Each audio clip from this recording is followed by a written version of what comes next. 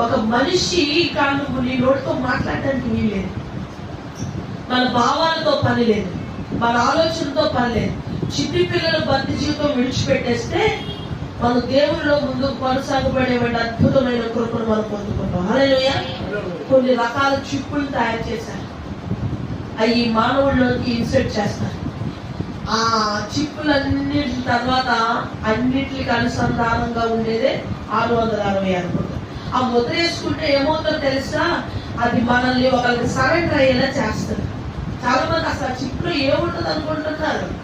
ఒక memory card లో ఏ data ఎట్టయితే మన కంప్యూటర్ లో పెడుతున్నామో అలాగే 660 చిప్పులో కూడా మనం ఎలా ఉండాలో తయారు చేసిన చిప్ అది, మనకి ఏముంటాయో తయారు చేసి చిప్ అది. కాబట్టి తర్వాత ఇది ఒక రంగుల మాయాజాలం కోసం